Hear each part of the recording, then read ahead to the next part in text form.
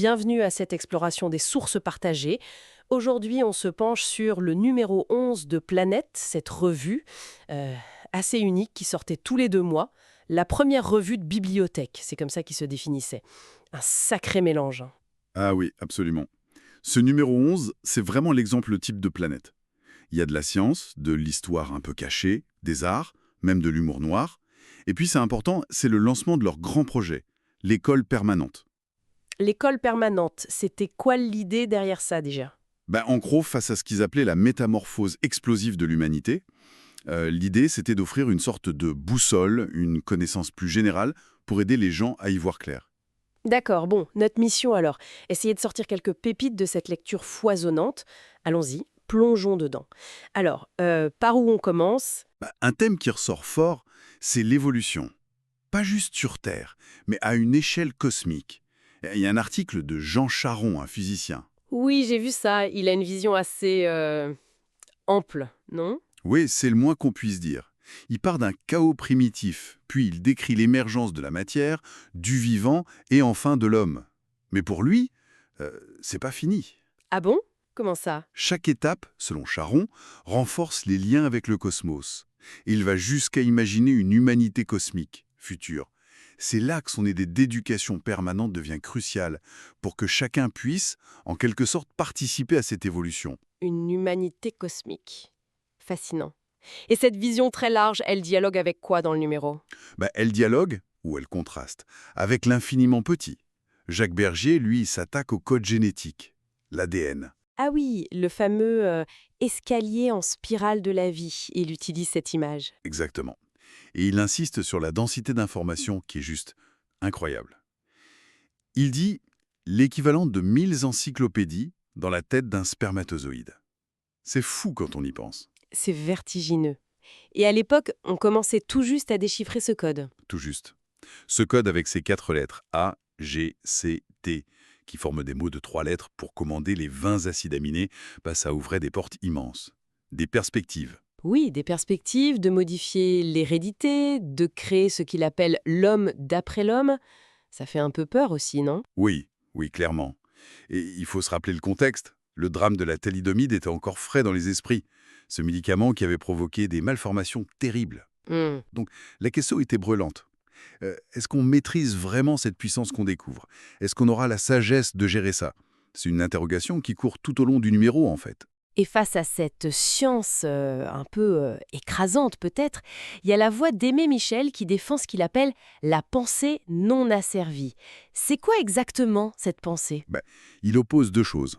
D'un côté, la pensée conditionnée, celle qui suit les rails de la société, des habitudes, de l'éducation. Et de l'autre, une pensée libre, curieuse, qui ose faire des rapprochements inattendus.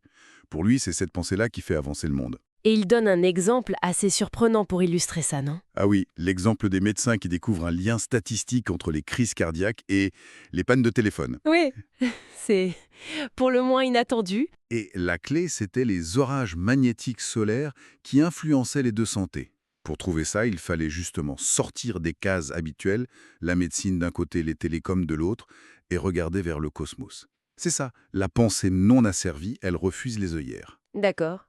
Et Michel pense que c'est ce type de pensée qui explique l'accélération de l'histoire qu'on vivait à l'époque? C'est ça, il dit qu'avant, cette pensée libre était le fait d'inventeurs isolés, souvent oubliés, mais que maintenant elle devient un moteur plus collectif. Intéressant. Et l'exploration des limites de la pensée, ça ne s'arrête pas là dans ce numéro.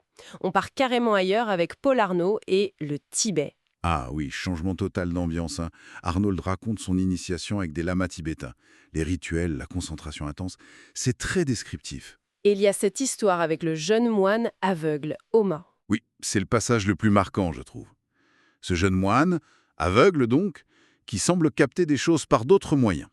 Il devine dans quel hôtel Arnold loge. C'est ça, et il lui donne un petit drapeau de prière qu'Arnold venait juste de désirer en penser. Exactement.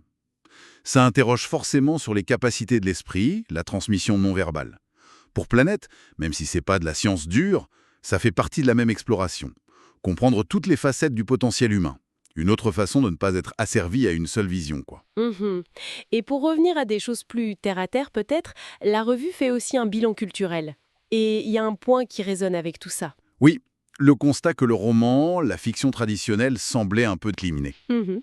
Au profit d'une énorme demande de connaissances, le succès des encyclopédies à l'époque, c'est vrai. Tout à fait. Et ça, ça boucle avec leur projet d'école permanente. Ça valide leur intuition qu'il y avait un besoin croissant de comprendre le monde réel, complexe, en mutation, peut-être plus urgent que le besoin de fiction pure à ce moment-là.